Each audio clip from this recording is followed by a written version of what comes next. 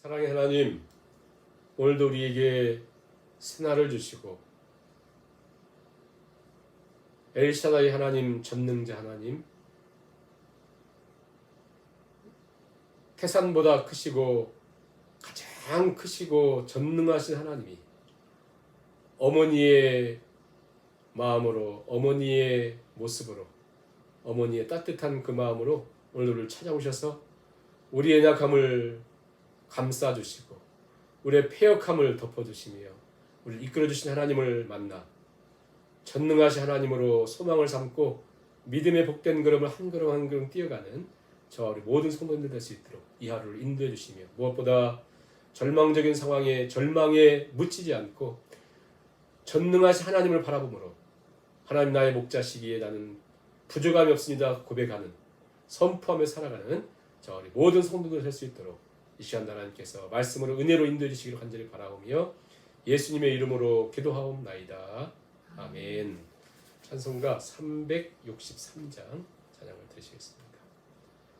내가 깊은 곳에서 주를 불러 아뢰니 주여 나의 간구를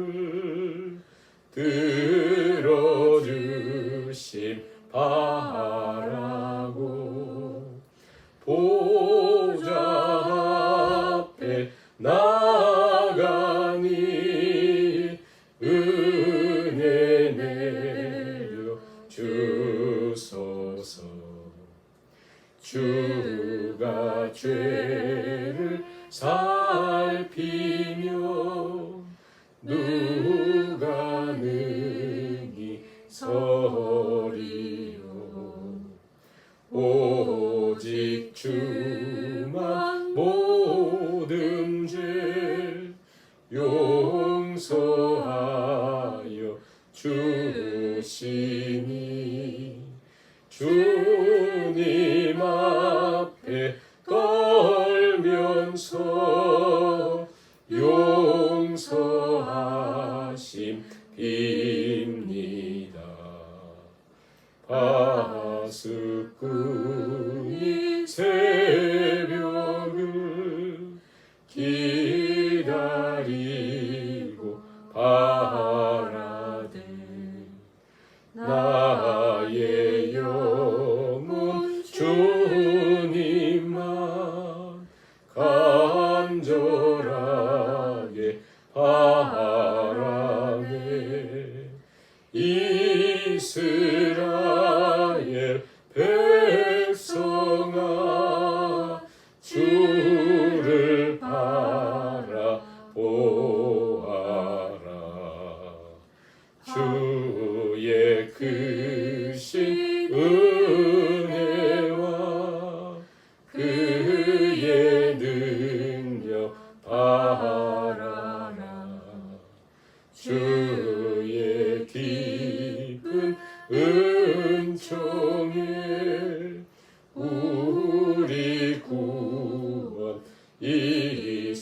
있으니 변함 없는 주님만 믿고 기다릴지라. 아멘. 하나님 말씀 창세기 18장 1절에서 5절까지 말씀을 공부하시겠습니다. 여호와께서 마므리에 상수리 나무들이 있는 곳에서 아브라함에게 나타나시니라.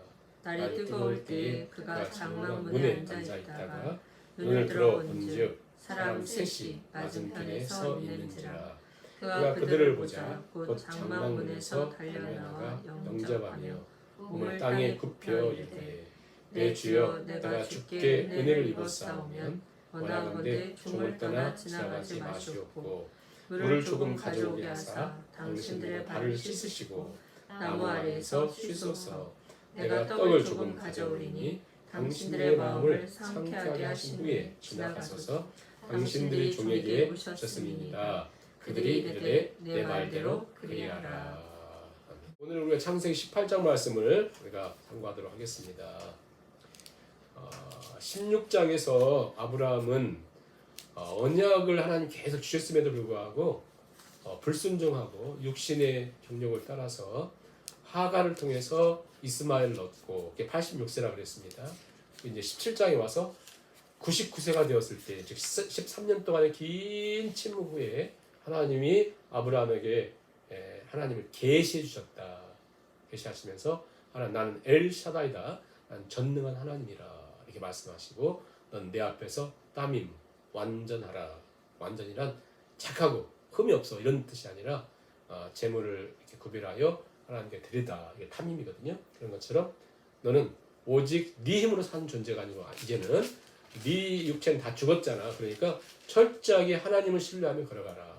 구원은 하나님의 일하심은, 하나님의 역사는 사람이 도움을 줄 수 있는 것이 아니고 오직 하나님이 하신다라고 하는 걸 하나님이 17장에서 아브라함에게 보여주시고, 그리고는 아브라함의 이름을 바꿔주시죠. 아브라함이라, 열국의 아비라. 자식이 하나도 없었지만, 언약의 약속의 자식이 하나도 없었지만 너는 민족들의 아비가 될 것이다.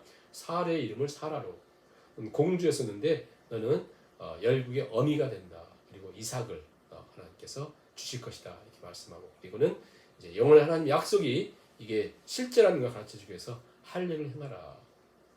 하나님이 13년의 침묵을 깨고 이렇게 계시하시고 나타내 주셨잖아요. 임재하셨잖아요. 18장에는 독특한 장입니다. 왜냐하면 천사가 등장해요. 천사가 등장하는데 사람의 모습을 입고 등장합니다. 이 천사들이 누구냐? 셋을. 그래서 중세부터 초대교회부터 중세까지 어떻게 해석을 했냐면, 아마 구약에 나타난 삼위일체가 아니겠는가. 삼위일체. 그러다가 이제 중세 이후는 어떻게 해석이 바뀌어졌냐면, 한 분은 아마 구약에 나타난 하나님, 즉 구약에 나타난 예수님의 모습일 거다. 하나님. 그리고 둘은 천사. 지금까지 해석은 이게 이제 거의 이제 이렇게 통용될 정도로. 한 분은 구약에 나타난 하나님, 즉 예수님이 사람의 몸을 입고 오셔야 되듯이 구약에 하나님이 사람의 모습을 입고 오셨다. 그 두 분은 천사일 것이다. 근데 아무튼 사람의 모습으로 나타나요. 오늘 1절 보세요. 여호와께서 마므레 상수리 나무들이 있는 곳에서 아브라함에 나타나시니라. 날이 뜨거울 때에 그가 장막문에 앉아 있다가, 날이 굉장히 뜨거운데요. 어떤 사람들은 낙이 타는 오는 것이 아니라 2절 보세요. 셋이 맞은편에 이렇게 서 있어요. 그러자 아브라함이 막 뛰어가가지고 그들을 영접을 합니다. 영접을 해요. 나그네 모습으로 감추시고 하나님이 이제 오셨어요. 그런데 그 특별하게 오신 그 하나님을 나그네인데 아브라함이 잘 영접했다 이렇게 말씀합니다. 히브리서 1장이면 그런 말씀 있잖아요. 히브리서 1장에 보면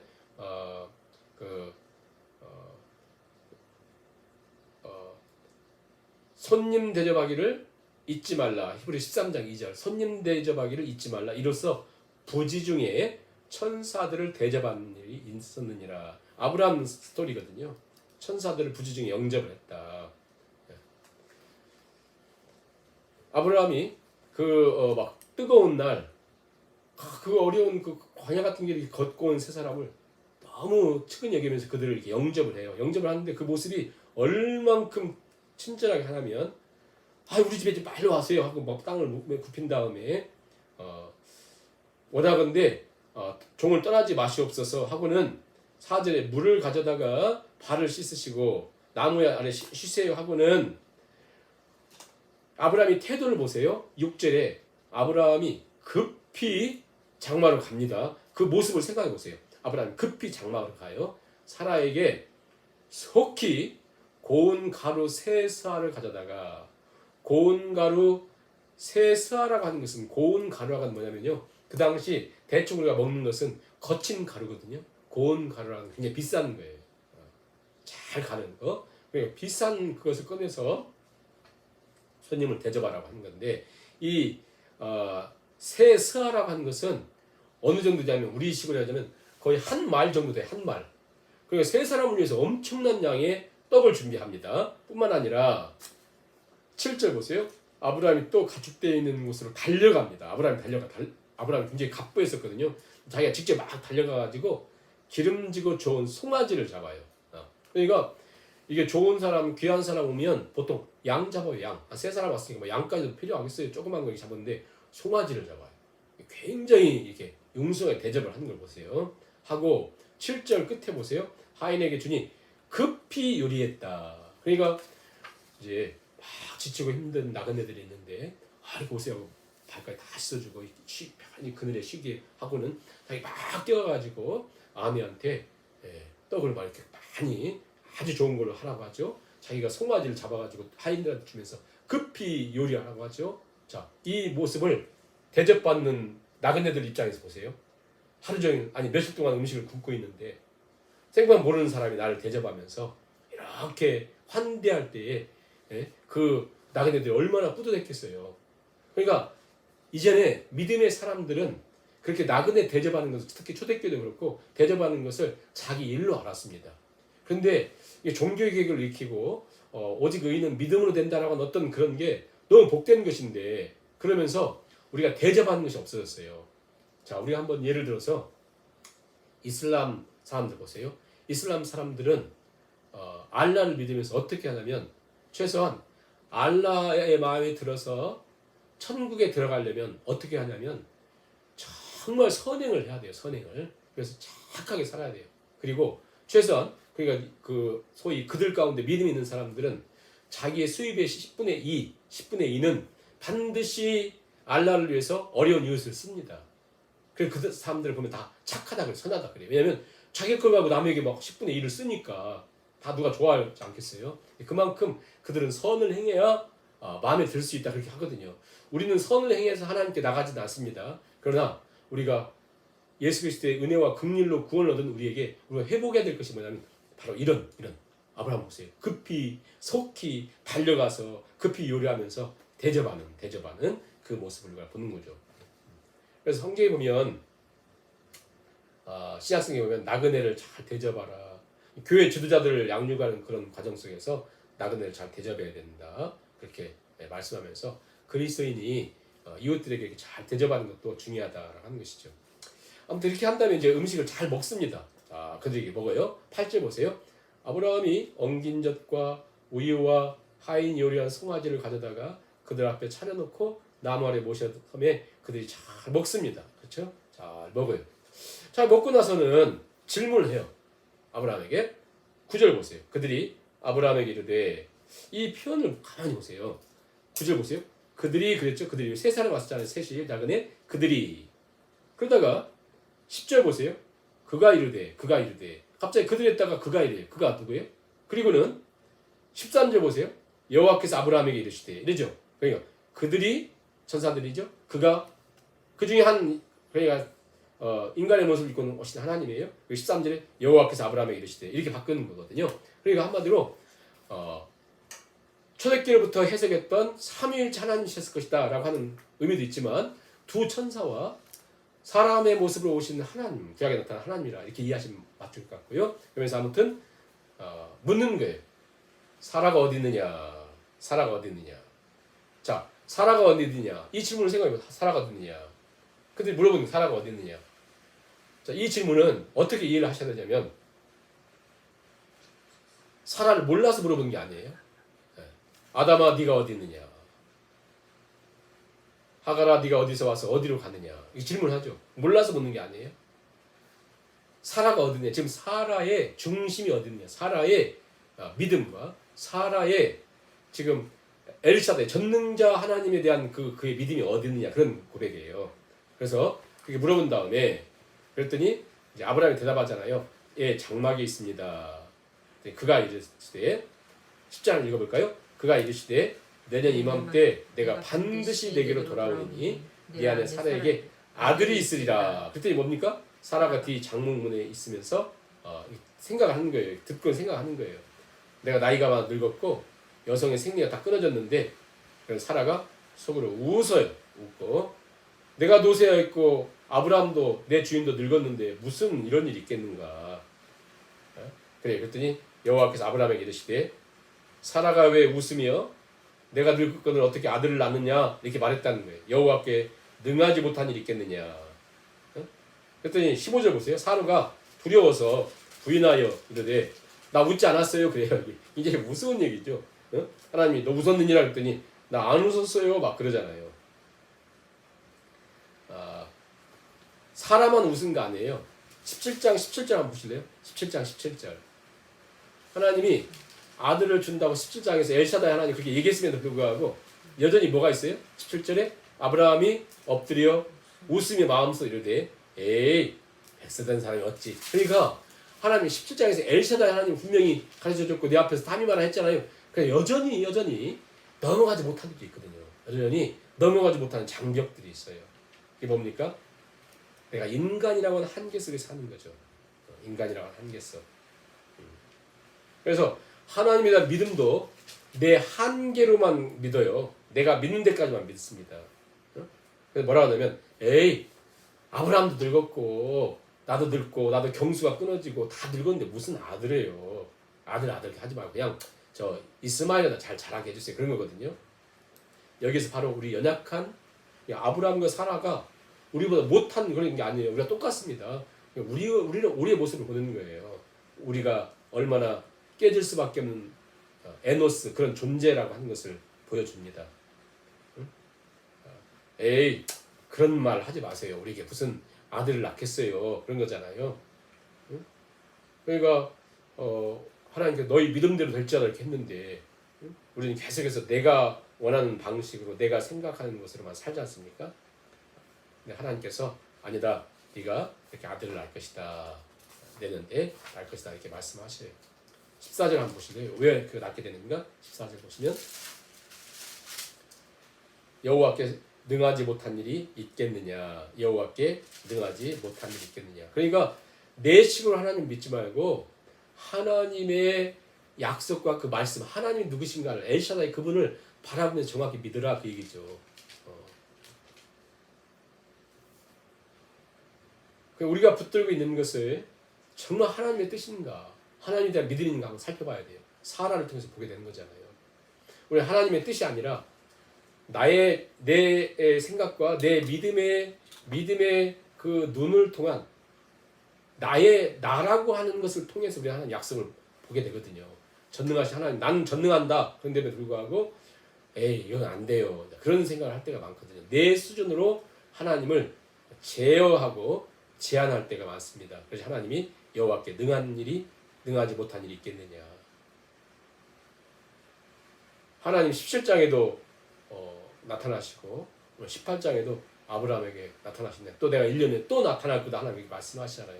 이게 너무나 중요하니까 하나님께서 계속해서 나타나실 것이라 이렇게 말씀합니다. 근데 중요한 건 뭐냐면 아들 이삭을 100세에 낳을 때까지 75세부터 100세에 낳을 때까지 25년 26년 동안을 하나님 약속은 똑같았습니다. 그죠? 가만 생각해 보세요. 아브라함은 사라는 처음에는 그래 우리 소망이 있겠지. 그 생각했을 거 아니에요. 내가 75세 그래도 뭔가 80세가 됐을 때 90세가 됐을 때 그러다 85세에 하가를 낳잖아요. 이렇게 불순종으로. 근데 하나님은 항상 똑같았습니다. 하나님 약속은. 그가 75세든지 99세든지. 왜? 하나님 전능자시기 때문에. 오늘 우리가 신뢰해야 될 것은 내 어떤 마음이나 내 환경이 아니라 전능하신 엘샤다의 하나님, 그 하나님을 신뢰하는 게 중요하다. 하나님은 여러분에게 30년 전에 여러분 나타나셔서 말씀하실 때나 20년 전에 말씀하실 때나 지금이랑 똑같습니다. 뭡니까? 나는 너를 절대 잊지 않고 너를 사랑한다. 우리는 에이 사랑하고 나를 잊지 않아요. 그렇게 할 때가 많잖아요. 우리 환경 때문에. 하나님 똑같습니다. 하나님 똑같아요. 어제나 오늘 영원토록 변치 않은 하나님이 난 너를 사랑한다. 너는 나를 잊어도 나는 너를 잊지 못한다. 혹시 너를 핏덩이로 난 그 어머니가 너를 잊는다 할지라도 나는 너를 잊지 못한다. 난 너를 사랑한다. 난 너를 반드시 찾아오고 너를 치유하고 너를 용기 주고 난 너와 함께한다. 하나님 말씀하시죠. 자, 18장에 새 천사를 통해서 하나님 나타나셨어요. 왜 나타나셨어요? 그러면 왜? 뭐 때문에? 이제 목적이 두 가지예요. 두 가지. 하나는 아브라함과 사라에게 내년 이맘때에 아들을 낳는다. 두 번째 목적이 있어요. 왜 나타나셨어요? 네. 저 소돔성을 멸할 것이다. 소돔과 고모라 성을 멸할 것이다. 그래서 이제 아브람과 사라에게 이삭을 줄 거라고 말씀하고는 16절부터 마지막 절까지 뭐냐면 소돔성에 대한 멸망 예고거든요. 16절 보세요. 그 사람들이 거기서 일어나서 소돔으로 향하고 아브라함은 그들을 전성하러 함께 나가니라. 여호와께서 이르시되 내가 하려는 것을 내 벗 아브라함에게 숨기겠느냐.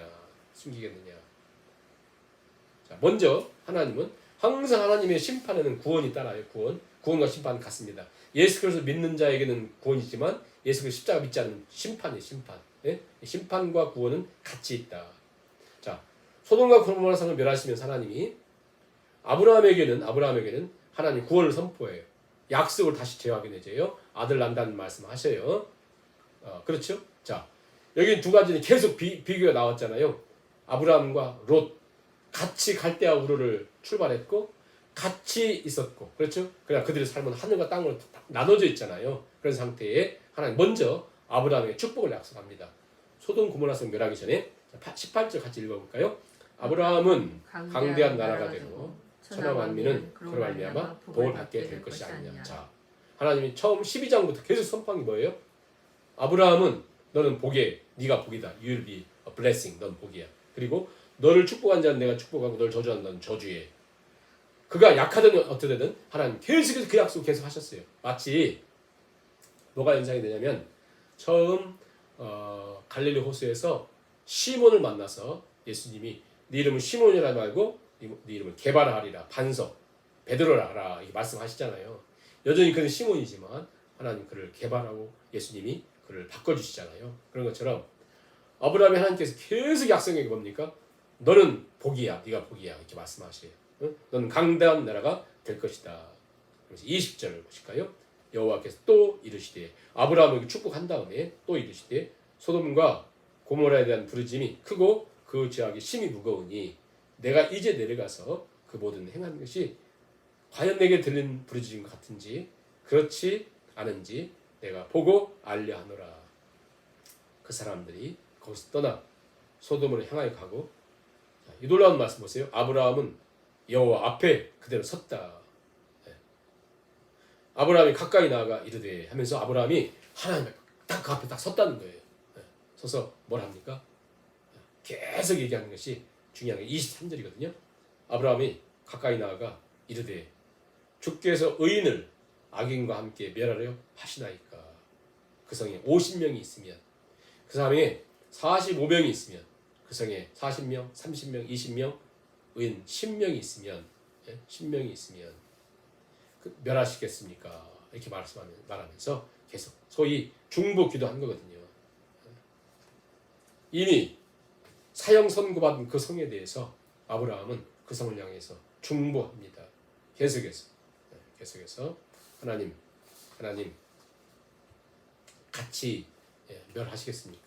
소돔과 고모라는 어떤 성입니까? 탐욕과 음란과 쾌락, 하나님을 떠난, 얼마나 이 성이 도시가 악했으면 지금까지 악한 성의 대명사가 뭐예요? 소돔, 고모라 그렇게 얘기하잖아요. 근데 그 성이 멸한다는 소식을 듣고, 자, 우리가 어떤 소식을 듣고는 다 똑같아. 들을 수 있거든요. 아브라함이 난 축복한다고 했으니까 됐네 하지 않고 그 소식 듣고 그 성을 향해서 중보합니다. 그렇잖아요. 우리가 어떤 소식을 듣는 사람은 똑같은데 그 성을 듣고 중보의 자리까지 나가는 것이 얼마나 귀한가. 아브라함이 그 성을 위해서 하나님께 기도하죠. 50에 시작해서 10명으로. 왜? 그래서 많은 사람들이 얘기하잖아요. 왜 10명까지만 했나? 응? 2명, 1명 이렇게 하지. 1차적으로 아브라함이 생각을 했을 거예요. 자기 조카 롯은 의인이거든요. 자, 롯이 있죠. 롯의 부인이 있죠. 두 딸이 있죠. 두 사위가 있죠. 최소한 6명이잖아요. 10명은 될 거 아니에요. 그 성에. 이렇게 생각했겠죠. 근데 더 중요한 의미는 고대 이제 그 히브리인들의 고대 근동 지방에, 특히 이제 히브리인들의 사고는 뭐냐면 어떤 공동체를 구성하기 위한 최소의 숫자가 10명이에요. 10명. 그래서 어디든지 유대인들, 히브리인들 10명만 모이면 회당을 세우잖아요. 물론 남자를 얘기합니다. 아무튼 10명이 있으면 회당을 세우잖아요. 10명을 공동체 기본 요소라고 생각한 거거든요. 그러니까 이 의인 10명이 없다는 것은 이 공동체는 존재할 수 없다는 것을 상징하기 때문에 10명은 있을 것이다 하면서 하나님께 이제 계속해서 기도하잖아요. 그러면서 이제 마지막 절 한번 읽고 같이 기도하겠습니다. 그 18절 마지막 절 여호와께서 아브라함과 말씀을 마치시고 가시니 아브라함도 자기 곳으로 돌아갔더라. 그러니까 여호와께서 말씀을 마치시고 돌아가셨고 아브라함도 자기 곳으로 갔다. 아브라함이 아마 그 소돔을 위한 중보를 멈추지 않았을까 하나님께 기도하고 계속 아무튼 오늘 18장을 통해서 우리가 그리스도인으로서 어떻게 살아야 될 것인가 한번 생각하고 같이 3, 4분 기도하심으로 기도를 마치도록 하겠습니다.